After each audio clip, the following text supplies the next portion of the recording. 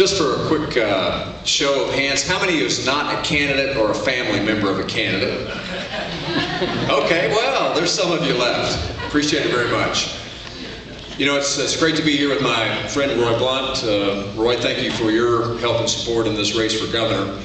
We did the Farm Bill recently, and what's obvious is as we get further from the connection to the land, just explaining agricultural policy to some of our policymakers. In fact, I even used a quote on the House floor. I think it was Dwight Eisenhower that said, "Farming is easy when your plow is a pencil and the nearest field is 1,000 miles away." Or as a colleague of mine has a plaque in his office that says, "If farming were easy, Congressman would do it." Well, I am a farmer, and the son of a farmer, and the grandson of a farmer. I've heard it stated up here on the stage a few minutes ago about the American dream. What I talk about is the Missouri dream, because I'm the product of that Missouri dream.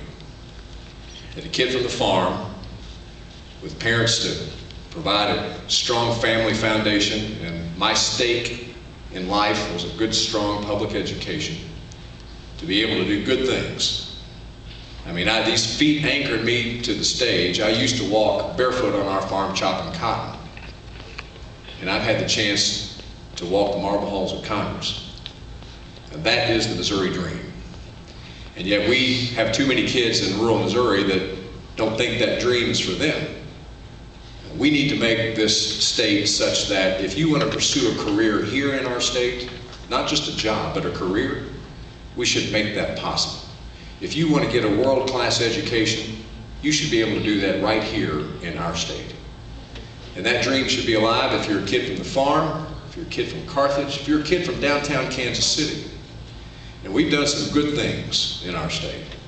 You know, the welcome mat is now back out open for business, and we're starting to see that the climate here is good and strong. I see some folks here that help make that happen on reining in abusive lawsuits. Man, I'm for that. I'm the only one in this race that is for that. But the workers' comp changes that you all made, a host of things, but we really are at a crossroads coming up in November. Do we move our state forward, or do we turn our clock back? Do we turn our clock back to the days we were withholding money from public education every year? Do we turn the clock back to the days when the two-word answer for everything in Jefferson City was raise taxes?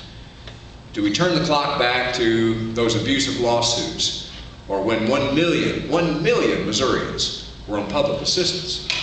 I don't want to go back to those days. 3 minutes. I want to move our state forward, and I hope you'll help me. Happy to take questions.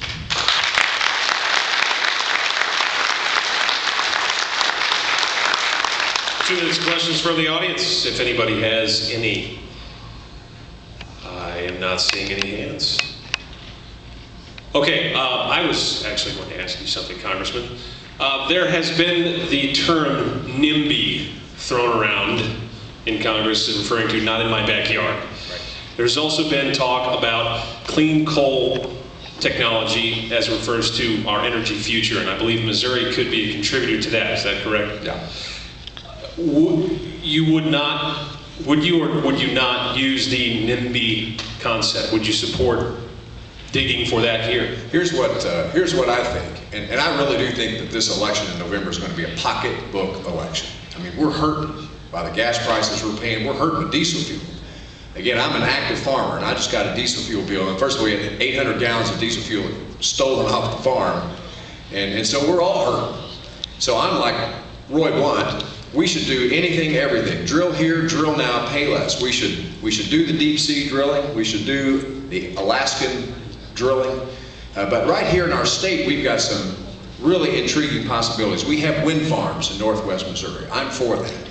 We should expand the nuclear power plant that we have in the middle of the state.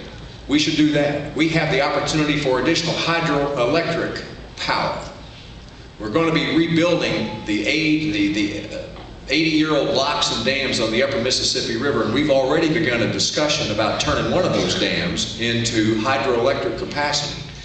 We're doing all kinds of things, and certainly from coal to liquid. We have heavy oil reserves here in Missouri.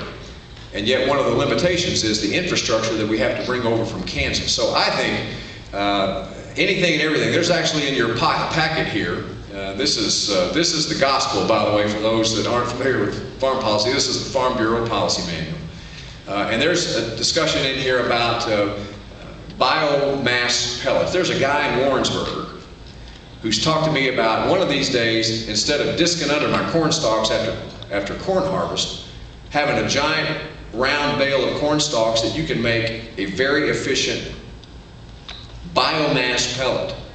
And all those things are happening right here in our state. So clean coal, coal to liquid, anything and everything, including biofuels. And we're about to see the next generation. We're about to see cellulosic ethanol take on the scene. I know it's kind of become an issue here of late. Never been the silver bullet, but we need to do anything and everything. If we're serious about saying to the foreign countries, we don't want your oil, because we can do it better here at home. I'm for all of those things, and the state of Missouri can be and should be on the cutting edge of some of these technologies. Thank you, Congressman. Thank you all very much. Appreciate your help.